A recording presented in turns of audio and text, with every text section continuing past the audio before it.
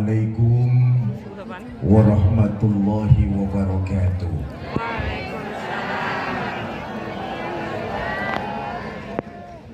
Alhamdulillahi rabbil alamin. Salatu wassalamu ala asrafil anbiya'i wal mursalin Sayyidina wa maulana Muhammadin wa ala alihi wa sahbihi ajma'in, amma ba'du. Yang mulia para ulama, para kiai, para asatiz dan asatizah, yang saya hormati para tokoh masyarakat, bapak-bapak pejabat pemerintah baik sipil, TNI maupun Polri, panitia peringatan Maulid, ibu bapak, saudara-saudara kaum muslimin yang saya cintai. Dari sekian banyak nabi dan rasul yang diutus, cuma 25 yang wajib kita imani. Dari 25, 5 yang terpilih mendapat predikat ulul azmi. Nabi Ibrahim, Nabi Musa, Nabi Nuh, Nabi Isa, Nabi kita Muhammad sallallahu alaihi wasallam. Dari 5 nabi yang berpredikat ulul azmi, cuma 1 yang bergelar rahmatan lil alamin. Siapa dia? Tidak lain Nabi kita Muhammad sallallahu alaihi wasallam. Ya Bu? Ya Bu? Apaan? Minta tolong echo-nya dimatikan saja nih Mas. Sound system echo-nya dimatikan, treble-nya turunin saja biar nggak bercuit. Saya malam ini bersyukur lewat Wali Kota Bernun, Bapak Haji Tengku Jamaluddin, yang karena wasilah beliau malam ini saya bisa meneruskan silaturahmi yang dilakukan oleh orang tua saya Kiai Haji Zainuddin MZ 12 tahun yang lalu. Betul ya? Dulu kata Pak Haji Jamaluddin, di Jumadil Akhir mau masuk bulan Rajab, di sini diadakan tabligh akbar memperingati Maulid yang penceramahnya Allah yarham Kiai Haji Zainuddin MZ. Akhir Maulid mau masuk Rajab, sama seperti malam ini. Dari sini, dari PD beliau pulang, masuk bulan Rajab, lalu masuk bulan Sa'ban. Tanggal 3 Sa'ban beliau dipanggil oleh Allah Subhanahu wa ta'ala wafat, meninggalkan alam dunia. 2 bulan pulang dari undangan Pak Haji Jamaluddin, beliau wafat.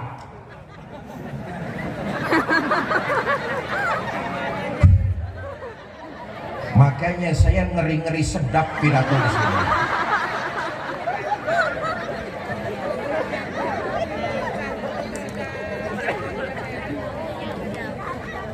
Bapak Ibu saudara-saudara kaum muslimin yang saya cintai, dari 5 yang bergelar ulul azmi, 1 yang berpredikat rahmatan lil alamin, Nabi kita Muhammad sallallahu alaihi wasallam.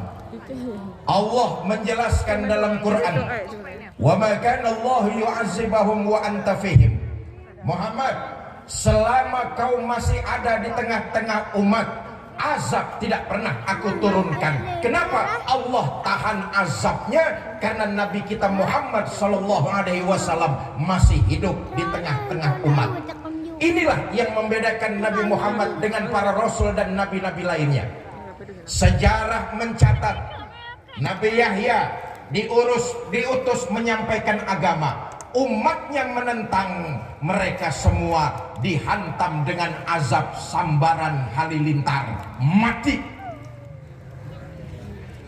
Nabi Nuh diutus menyebarkan risalah agama, umatnya menentang, dihantam dengan banjir bandang. Nabi Musa diutus menyampaikan tauhid, umatnya membangkang, sebagian ditenggelamkan di Laut Merah dan sebagian lagi dikutuk jadi monyet. Bu, orang Pidi tahu monyet? Tahu. Ya taunya jangan ngeliatin saya lah.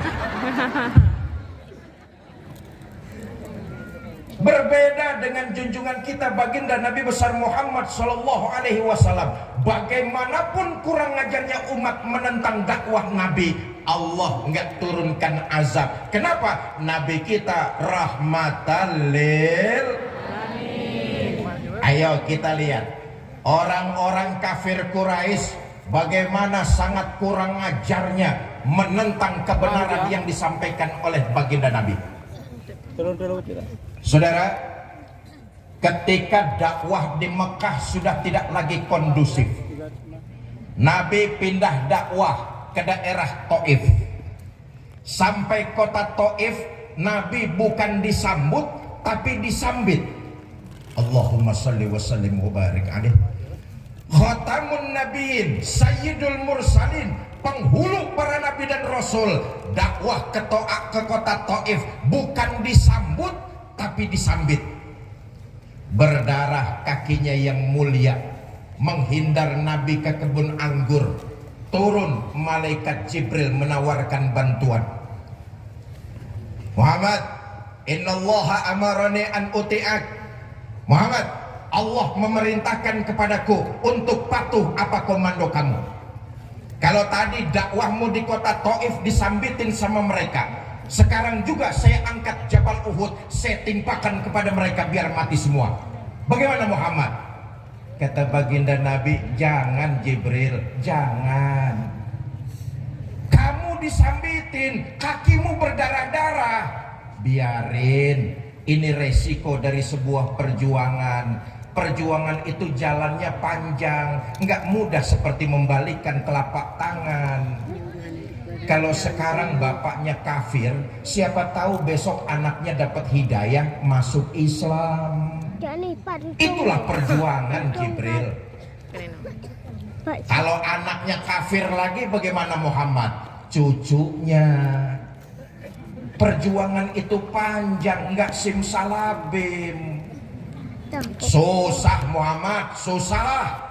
Susah bagaimana Jibril? Anak sih bagaimana bapak?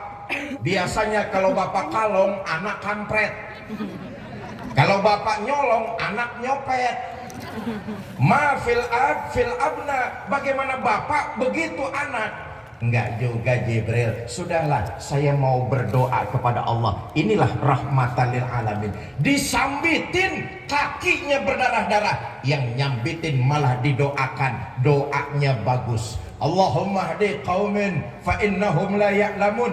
Ya Allah, berikan mereka hidayah karena sesungguhnya mereka tidak tahu.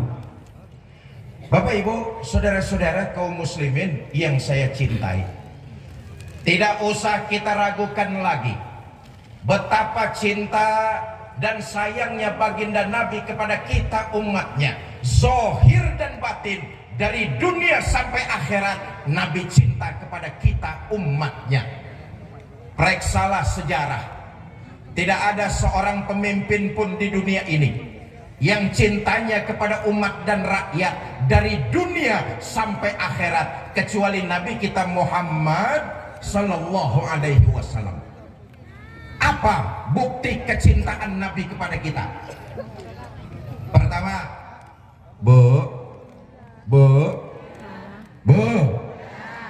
bukti cinta Nabi kepada kita, saudara, untuk ukuran hidup orang Pidi, kota Bernun ya. Untuk ukuran hidup orang Bernun, Nabi itu hidupnya sederhana. Rumahnya kecil, tidurnya di atas pelepah daun korma, kadang-kadang sampai berbekas di pipinya yang mulia. Allahumma sholli wa sallim wa barik alaih. Sarapan paginya seteguk air zam-zam, sepotong roti, kadang-kadang 1-2 butir korma. dalam kondisi yang sangat sederhana, Allah pernah menawarkan bantuan. Wala saufa yu'tika rabbuka fatarda.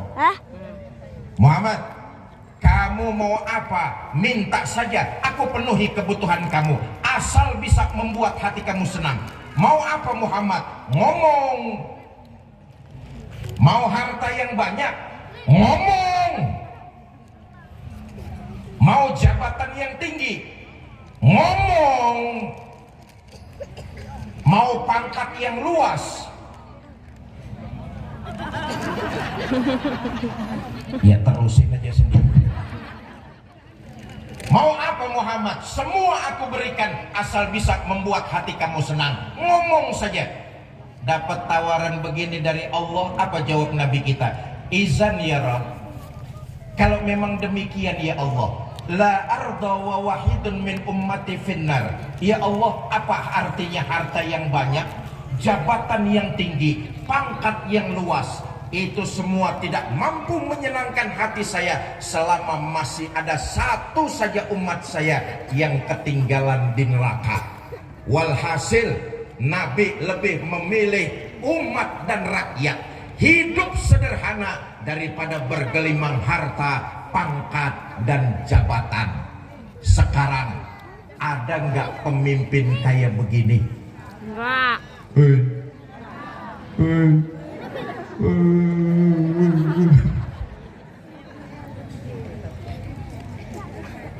Bapak Ibu saudara-saudara kaum muslimin yang saya cintai, tadi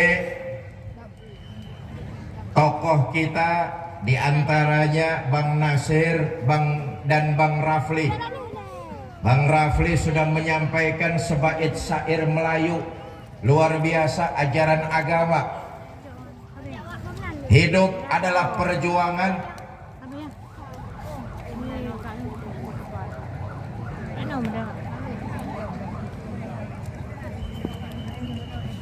Iya, tolong diatur. Jangan mengganggu ambulan, tolong dikasih jalan jamaah. Ya.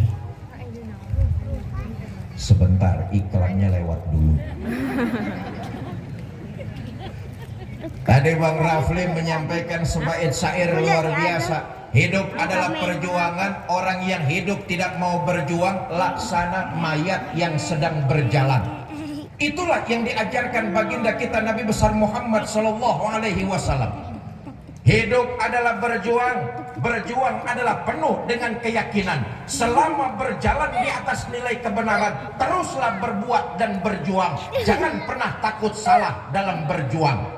Nah, ini saya titip pesan adik-adik saya, para remaja, para pemuda muslim Kota Bernun. Para pemuda,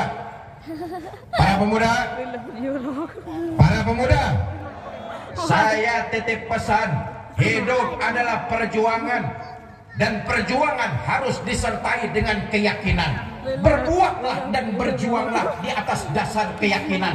Jangan pernah takut salah dalam berbuat kebenaran. Salah dalam berbuat kebenaran masih lebih baik daripada kalian tidak pernah berbuat salah dalam kebenaran. Satu contoh misalnya, saudara baca Quran tapi salah, itu masih lebih baik dalam kebenaran daripada saudara tidak pernah salah karena tidak pernah baca Al-Quran. Saya dong baca Quran nggak pernah salah. Bacanya kapan? Nggak pernah. Karena itu harus disertai dengan keyakinan. Itu yang dicontohkan baginda kita Nabi besar Muhammad Sallallahu Alaihi Wasallam. Begini, Nabi itu diangkat jadi Rasul umurnya 40 tahun. Betul apa tidak? Mula-mula dakwah yang dilakukan Nabi sembunyi-sembunyi. Dari rumah ke rumah, dari pintu ke pintu, dari orang ke orang. Dakwah 3 tahun sembunyi-sembunyi, dapat pengikut nggak lebih 11 orang. Sudah nggak digaji, nggak dapat fasilitas, nggak ada tunjangan beras. 3 tahun dakwah sembunyi-sembunyi. yang ngikut nggak lebih 11 orang. Calon pemimpin mana yang masih mau kampanye? Kalau 3 tahun kampanye yang milih cuma 11 orang. Hei, bubar. Betul apa tidak? Betul. Bikin tim sukses, calon pemimpin yang nggak kepilih, timnya yang pada sukses. Betul. Betul.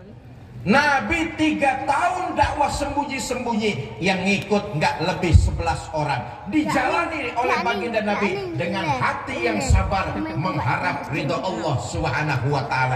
Inilah perjuangan. Karena itu jangan berharap dalam berjuang bergelar karpet merah, bertaburkan di sisi kiri dan kanannya bunga.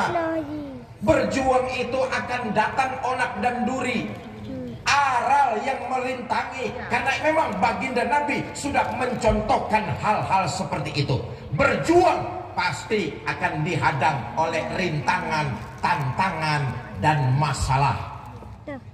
Saudara, Nabi itu dalam berjuang bukan cuma teror mental, teror fisik, tapi Nabi dalam berjuang menebarkan agama Islam mendapat beberapa kali ancaman pembunuhan. Inilah konsekuensi dari perjuangan. Ketika perintah hijrah turun, kabar ini didengar oleh orang-orang kafir Quraisy. Satu malam mereka mengadakan rapat di satu tempat yang disebut Darun Nadwah. Hadir pemuka-pemuka Quraisy. Rapat dipimpin oleh Abu Jahal. Kata Abu Jahal, saudara-saudara, bagaimana ini? Pengikut Muhammad kita teror sudah, kita bantai sudah, kita bunuh pun sudah. Tapi rupanya tiap hari pengikut Muhammad selalu bertambah. Bahkan sekarang sebagian sahabatnya sudah pada hijrah ke Madinah. Ini Islam akan besar di Madinah. Bagaimana cara kita mengatasinya? Dari belakang ada yang jawabin Abu Lahab. Kata Abu Lahab, gua bilang juga apa, Muhammad dari dulu bunuh aja. Kata Abu Jahal, soal ngebunuh sih gampang bro, tapi kan Muhammad nggak keluar dari batu. Dia punya keluarga, famili, handai tolan. Nanti kalau keluarganya nuntut balas bagaimana? Kata Abu Lahab, gampang. Kita orang-orang Quraisy ini punya banyak suku. Masing-masing suku punya preman. Ah, preman bahasa sininya apa nih Pak Ji? Preman. Geng. Apa? Bandit. Geng. Bandit. Pandi. Wandi. Pandi. Ya sudah, preman sajalah. Kita ini orang-orang Quraisy kan punya banyak suku, masing-masing suku punya preman.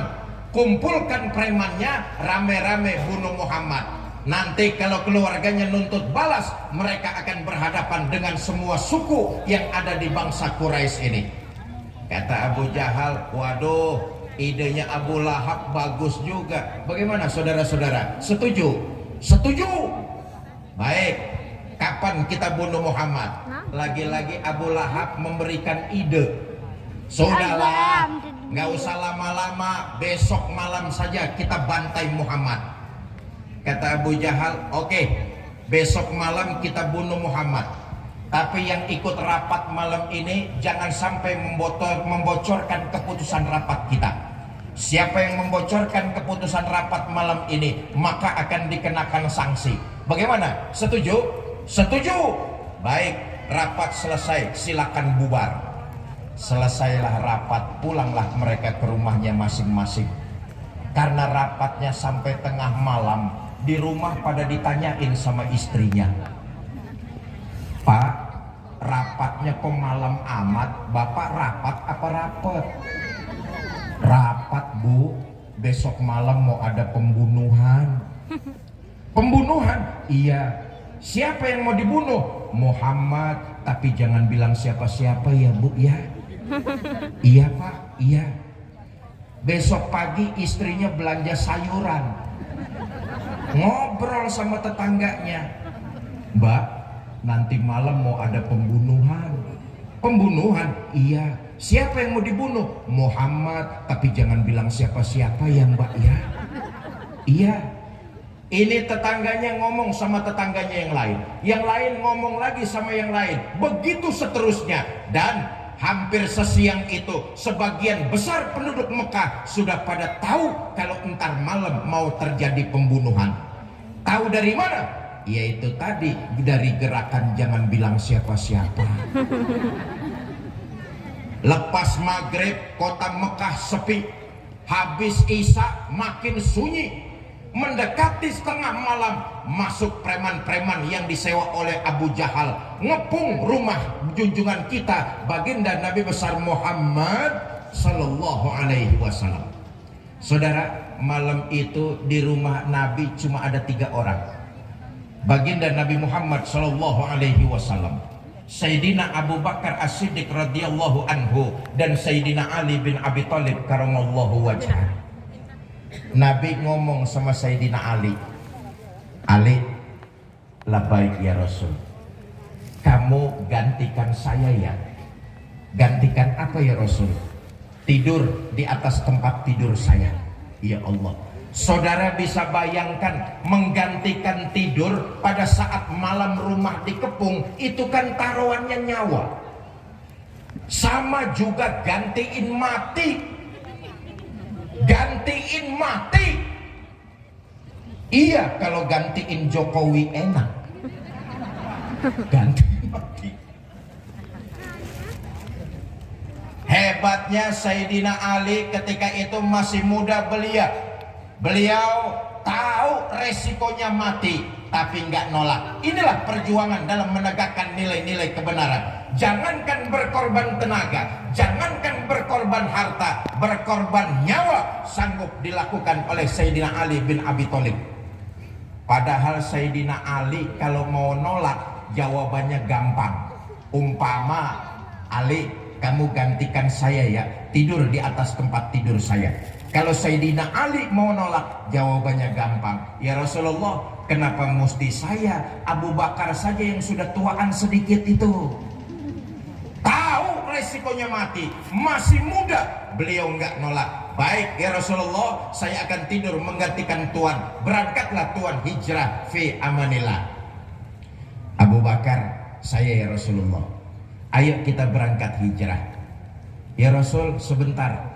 Ini preman-preman kafir Quraisy ngepung rumah kita nih.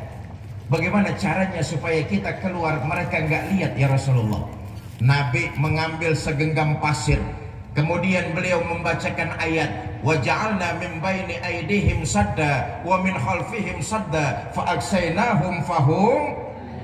Terjadi mukjizat, pasir ditebarkan oleh baginda Nabi. Preman kafir Quraisy ngepung rumah beliau. Nabi bersama Abu Bakar lewat, tidak terlihat. Saudara, yakinlah dalam berjuang, jundullah, tentara-tentara Allah pasti akan datang membantu kita. Bapak Ibu, saudara-saudara kaum muslimin yang saya cintai, persoalannya kita ini tiap tahun bikin maulid. Ini tahun keberapa Pak Haji Jamal? Ini tahun ke-13. Didahului dengan tadi pagi santunan sekitar 600 sampai 700 anak-anak yatim piatu kita ya. Hal semacam ini sudah kita lakukan kurang lebih 13 tahun. Persoalannya, kita ini baru sekedar pinter ngaku umat baginda Nabi. Kita ini baru cuma sekedar pandai ngaku cinta kepada baginda Nabi. Persoalan yang utama adalah di akhirat nanti kita diaku umat baginda Nabi apa tidak. Kita ini yang hadir masih banyak yang baru cuma sekedar pinter ngaku. Persoalan utamanya di akhirat nanti kita diaku apa tidak sebagai umat baginda Nabi besar Muhammad Sallallahu Alaihi Wasallam. Saudara, yang namanya ngaku tentu boleh-boleh saja. Semua orang bisa namanya ngaku, ongkosnya murah. Betul apa tidak? Bu, saya tanya nih, ibu kenal sama Pak Prabowo? Ngaku. Pak Prabowo kenal sama ibu?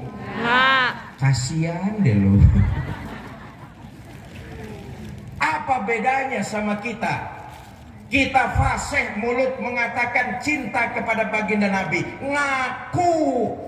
Persoalan besarnya di akhirat nanti, kita diaku apa tidak jadi umat baginda Nabi besar Muhammad Sallallahu Alaihi Wasallam.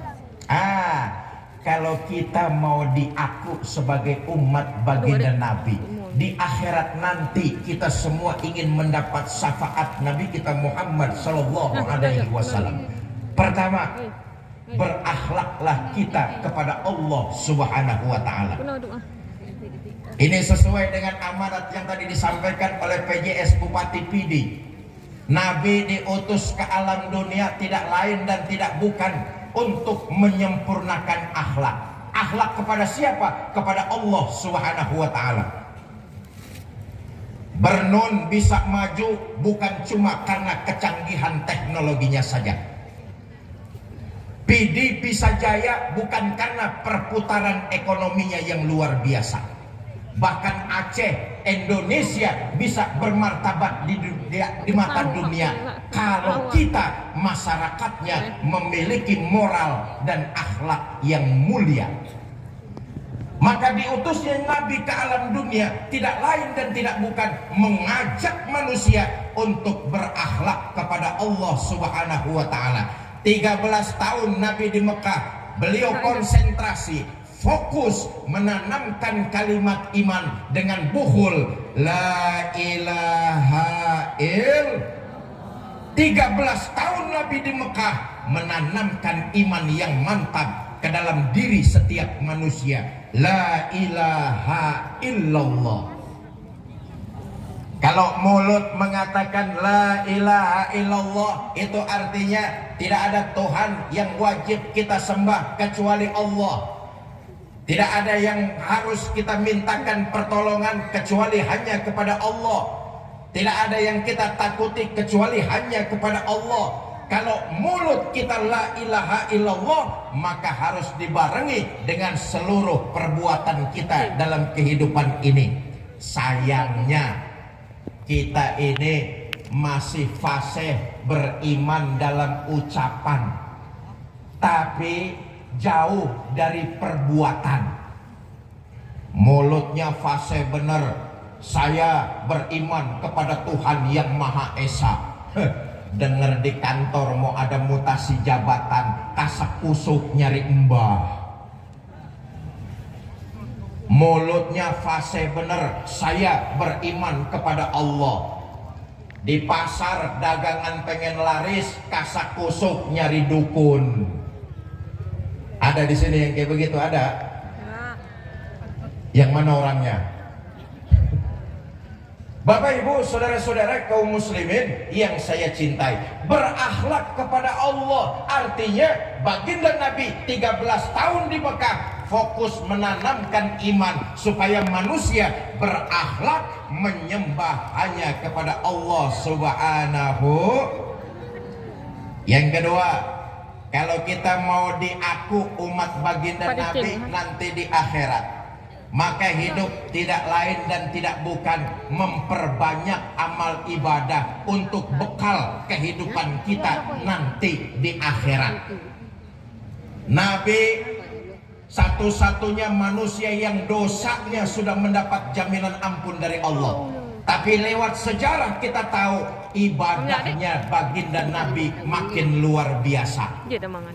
Manusia satu-satunya yang mendapat jaminan ampun dari dosa adalah Nabi kita Muhammad Sallallahu Alaihi Wasallam.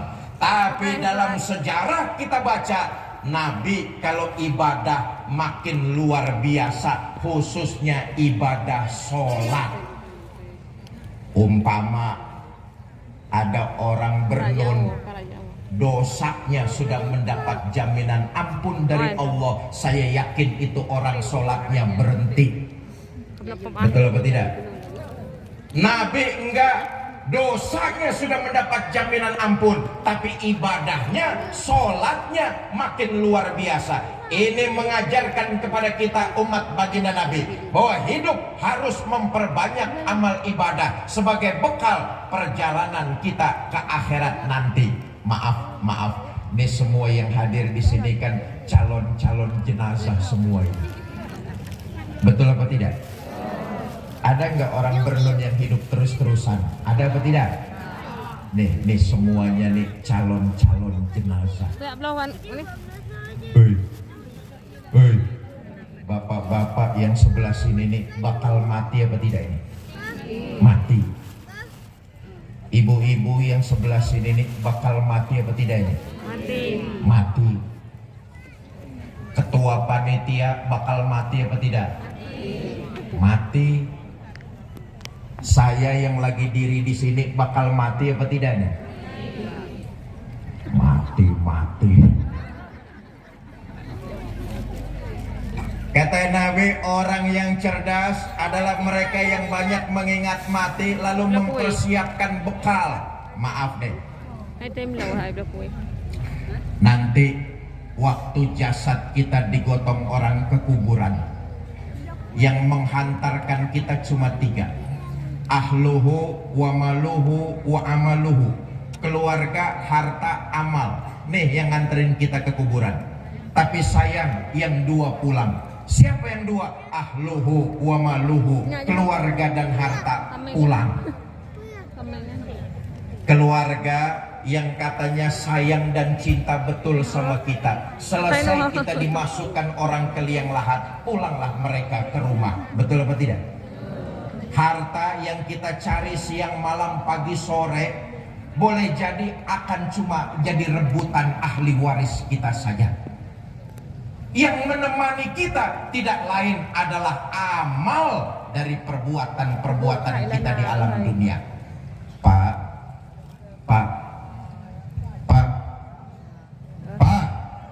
mohon maaf nih, kalau bapak-bapak nanti mati duluan, jangan mengharap istri mau nemani masuk ke dalam. Bagaimanapun cintanya istri, ketika jasad kita diturunkan orang ke liang kubur, dia nggak akan mau nemani kita. Paling berdiri di pinggiran kubur kita, berlinang air mata sambil berkata, "Bang, sampai sini saja saya mengantar. Mudah-mudahan abang betah di dalam. Tak usah naik-naik lagi, Bang." Bagaimanapun cintanya istri, dia nggak akan pernah mau nemani kita di alam kubur. Betul apa tidak? Bu, sebaliknya, maaf kalau ibu-ibu nanti mati duluan. Mati duluan, jangan mengharap suami mau nemani masuk ke dalam. Apa suami nggak sedih ditinggal mati istri? Oh, ibu jangan salah sangka. Kami ini para suami tentulah menjadikan istri belahan jiwa, pelipur lara.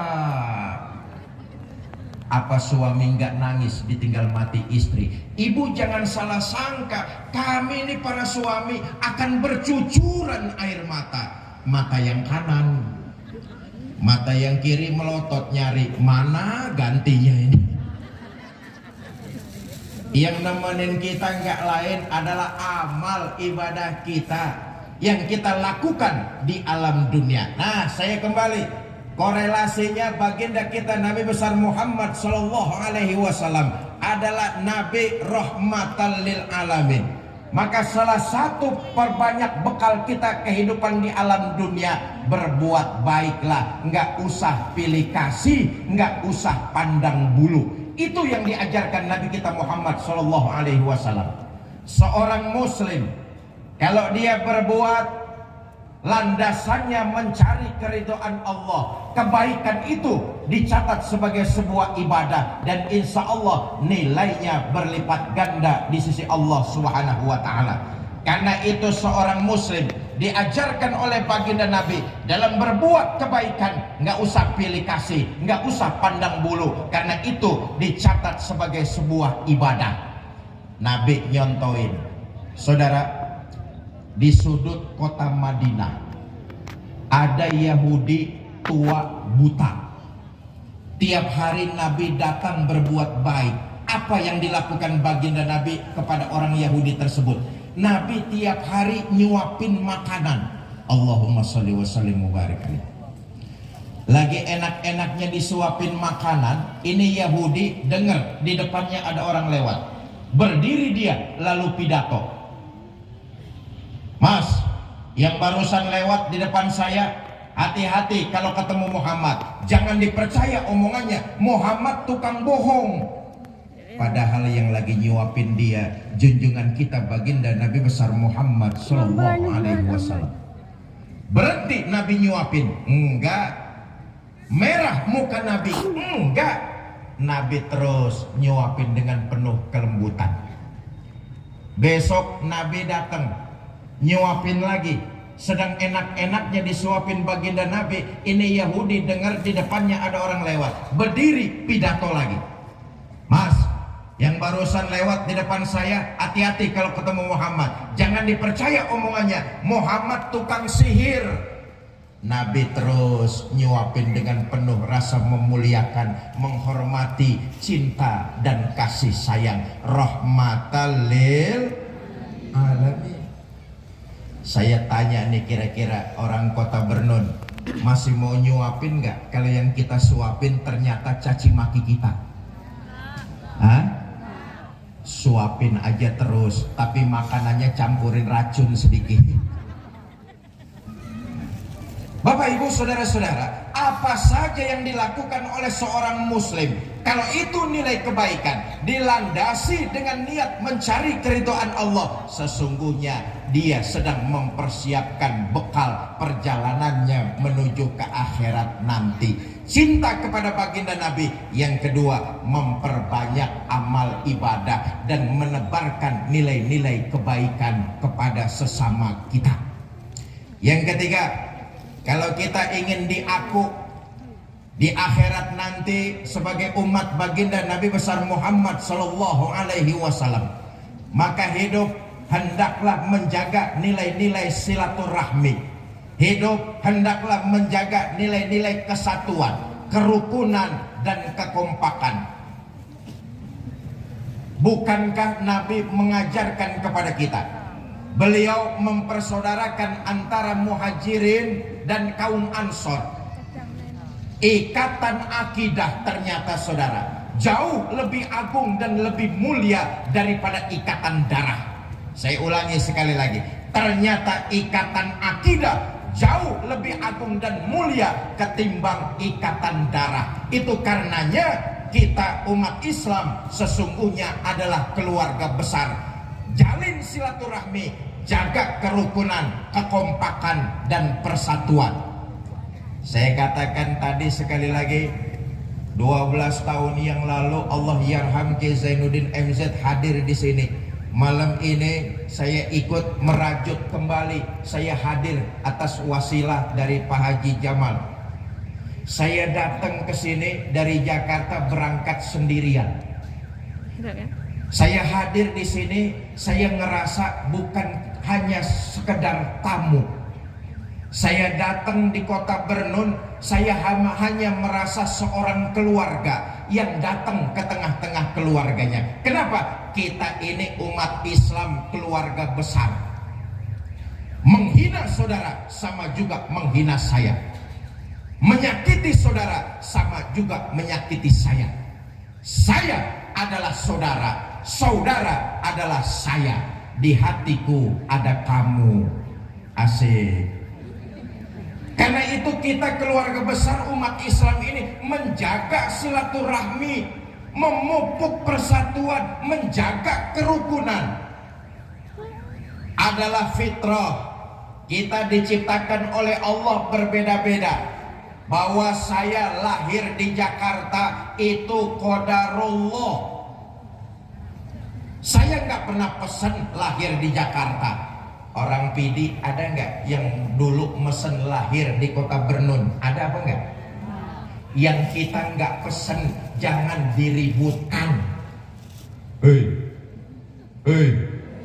Yang namanya perbedaan itu sampai kiamat tetap akan ada. Nggak usah contoh yang sulit-sulit lah.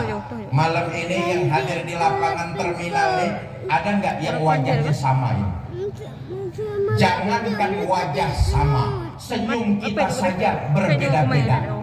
Betul apa tidak? Karena itu kita umat Islam PD harus dewasa, saling menghargai, saling menghormati, dan tetap saling mencintai. Berbeda boleh, yang tidak boleh dalam perbedaan terjadi pemutusan silaturahmi lalu saling musuhan, itu yang nggak boleh. Cuma gara-gara beda pilihan bupati sama temen pelotot-pelototan. Ada di sini yang kayak begitu, ada? Yang mana orangnya? Berbeda boleh, tapi yang tidak boleh kalau perbedaan menyebabkan terjadinya permusuhan, terputusnya silaturahmi di antara kita. Itu jangan sampai terjadi oleh kita masyarakat PD, khususnya umumnya masyarakat Aceh. Saudara, saya ingin menyampaikan satu riwayat betapa orang celaka yang hidup tidak pernah mau menjaga silaturahmi, menjaga kerukunan, menjaga nilai-nilai persatuan, bahkan lebih banyak yang jadi provokator, tukang menghasut dan memecah kerukunan masyarakat. Dulu diceritakan ada orang kaya ingin pergi haji karena terlalu banyak hartanya. Ini orang kaya bingung mau nitipin uangnya sama siapa. Cari satu kampung, ketemu orang yang dianggap amanah, namanya Fulan. Fulan, saya mau pergi haji, saya titip uang sama kamu. Nanti pulang haji saya ambil lagi uang saya itu. Kata Fulan, Pak, Bapak berangkat haji lah dengan busuk, mudah-mudahan bawa haji yang mabrur. Ambil lagi uang Bapak, insya Allah nggak akan kurang sepeser pun. Tenang hati orang kaya, berangkatlah dia ibadah haji. Selesai melaksanakan haji, balik ke kampungnya, langsung ke rumah Fulan. Ketok pintu, Assalamualaikum, Assalamualaikum, Assalamualaikum. Sampai 3 kali ketuk pintu, 3 kali memberikan salam. Pintu rumah Fulan nggak ada yang membukakan. Tetangga sebelah rumahnya memberitahu, Pak, cari siapa? Saya cari Fulan. Kata tetangganya, oh maaf Pak, Fulan itu beberapa hari lalu meninggal dunia. Innalillahi wa inna ilaihi raji'un. Kata orang kaya, Mas tahu nggak keluarganya Fulan di mana? Saya nggak tahu Pak. Mas tahu nggak Fulan nyimpan uang saya di mana? Apalagi urusan itu saya nggak ngerti Pak. Resah dan gundah hati orang kaya. Tetangga nggak tahu keluarga Fulan di mana, tetangga juga nggak tahu Fulan nyimpan uangnya di mana. Dalam hati yang gundah, orang kaya ini datang ke seorang ulama yang arif dan bijaksana. Tuan saya, beberapa hari lalu saya pergi haji, saya titipkan uang saya sama Fulan. Selesai haji saya kembali, saya ke rumah Fulan. Kata tetangganya Fulan baru saja meninggal dunia. Tetangga nggak tahu Fulan punya saudara apa enggak. Tetangga juga nggak tahu Fulan nyimpen uang saya di mana. Ini jalan keluarnya bagaimana Tuan saya? Kata ulama itu, Pak, saya mau tanya, Fulan almarhum orangnya rajin ibadah apa tidak? Rajin Tuan saya. Sholat berjamaah nggak ketinggalan, dengan ulama bergaul, hidup di masyarakat, menjaga amanah, nggak pernah dusta. Dengan kata lain, almarhum Fulan adalah orang yang rajin ibadah. Baik, begini, kalau memang almarhum Fulan orangnya rajin ibadah, mudah-mudahan sekarang dia mendapat nikmat kubur. Bapak kembali lagi saja ke Mekah. Nanti malam tepat di tepian sumur Zam-Zam, Bapak panggil almarhum fulan di situ. Kalau memang almarhum fulan sedang mendapat nikmat kubur, nanti Bapak panggil di tepian sumur, ada yang nyautin dari dalamnya. Berangkat orang kaya ini balik lagi ke Mekah. Tengah malam tepat di tepian sumur Zam-Zam, orang kaya ini teriak, "Fulan, fulan, fulan." Sampai 3 kali manggil di tepian sumur Zam-Zam, tak ada suara yang nyautin dari dalam sumur. Gontai hati orang kaya ini. Pagi-pagi kembali lapor ke seorang ulama tersebut, "Tuan saya, semalam 3 kali saya panggil di tepian sumur Zam-Zam, nggak ada yang nyautin dari dalam. Ini bagaimana Tuan saya?" Kata ulama itu, "Wah, celaka. Jangan-jangan fulan sedang diazab di dalam kuburnya. Bapak ke Yaman saja. Di Yaman ada sumur bernama Sumur Burnut.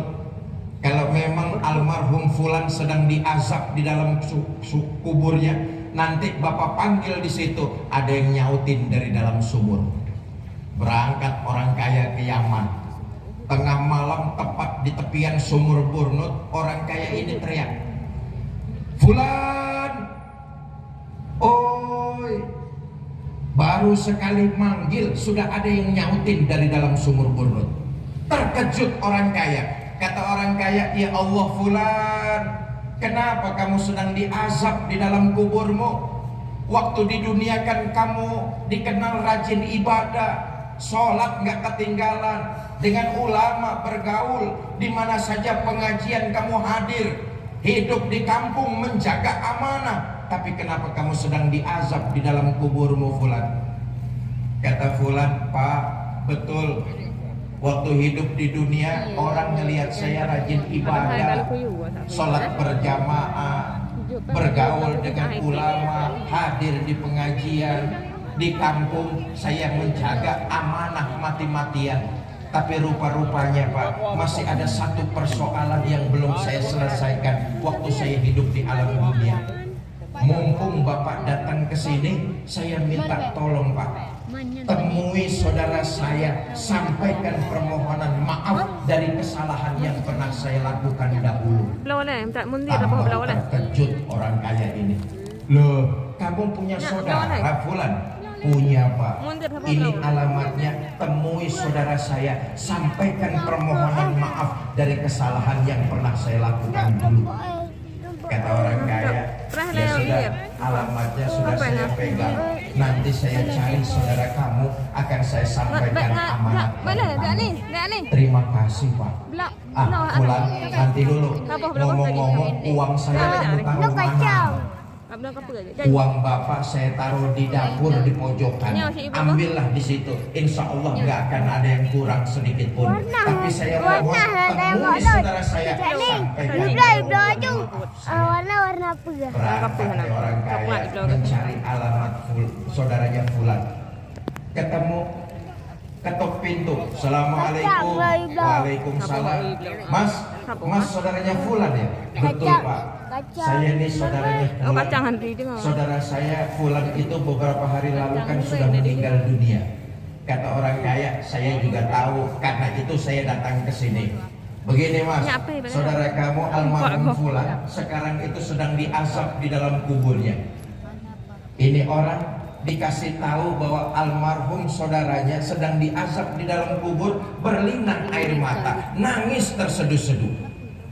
Tambah heran orang kaya, lalu bertanya, "Mas, kenapa sih kalian bisa sampai begini? Padahal waktu hidup di dunia kalian kan bersaudara. Kok bisa jadi peristiwa kayak begini?" Ceritalah orang tersebut, "Pak, betul, waktu hidup di dunia kami ini keluarga. Tapi almarhum fulan pernah memutus tali silaturahminya kepada saya." Nah, ini dia persoalannya. Almarhum fulan pernah memutus tali silaturahminya kepada saya. Saya datang ke rumahnya baik-baik, ditutupin pintu. Saya kirim hadiah makanan yang enak-enak, dibuang di tepian jalan. Di mana tempat saya ajak untuk bersalaman, buang muka. Sampai pada satu saat almarhum fulan itu ngomong kepada semua orang dia putus silaturahminya kepada diri saya. Tambah terkejut orang kaya ini, lalu bertanya, kok gitu-gitu amat almarhum fulan? Memang persoalannya apa dulunya? Persoalannya sih cuma sepele Pak, cuma gara-gara beda pilihan gubernur. Awas lo, beda boleh, musuhan jangan. Berbeda wajar, memutus silaturahmi yang nggak boleh. Kata saudara almarhum fulan, Pak, mulai sekarang Allah dan Bapak yang jadi saksinya. Walaupun dahulu almarhum fulan pernah memutus silaturahminya kepada saya, dengan saksi Allah dan Bapak saya maafkan kesalahan dan dosa yang dia pernah lakukan kepada diri saya. Saudara, beberapa malam kemudian orang kaya ini dimimpikan oleh almarhum fulan.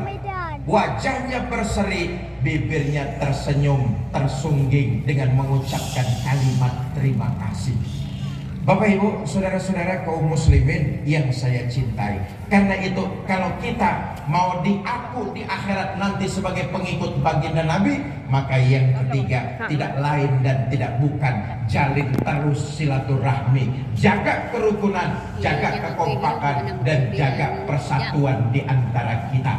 Bahwa kita hidup ini bermasyarakat pasti akan ada perbedaan, entah perbedaan partai politik, entah perbedaan organisasi, entah perbedaan pilihan. Kita umat Islam harus bisa menyikapinya, menghargai, menghormati, dan tetap saling mencintai. Kalau ini yang kita wujudkan, insya Allah bukan mustahil kebangkitan Islam akan dimulai dari negeri Serambi Mekah. Bicara soal sejarah Indonesia adalah bangsa Aceh. Bisa bicara soal Aceh, tidak lain dan tidak bukan, salah satunya adalah masyarakat Pidi. Masyarakat Pidi adalah masyarakat yang kental dengan dua karakter. Karakter keagamaannya kuat, karakter kenegaraannya juga sangat hebat. Sejarah membuktikan itu. Kerajaan-kerajaan di sini, di Aceh, mereka dengan sadar melebur menjadi negara kesatuan Republik Indonesia.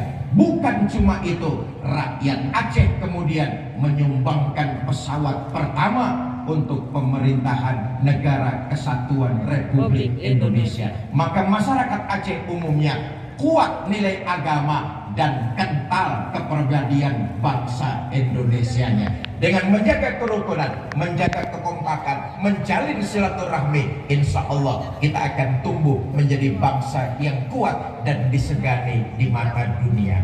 Bapak Ibu, sudah tengah malam, jam 8 lewat 4 jam rupanya ini.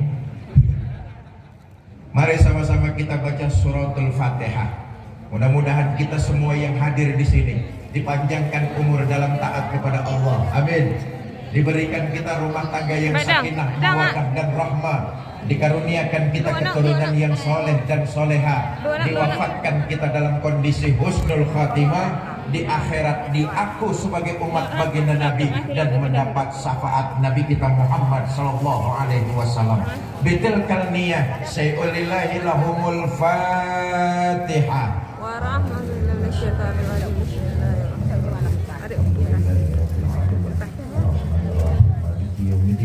Iya, tenang dulu, biar kita masuk ke suratul mustaqim, suratul ladzina an'amta alaihim.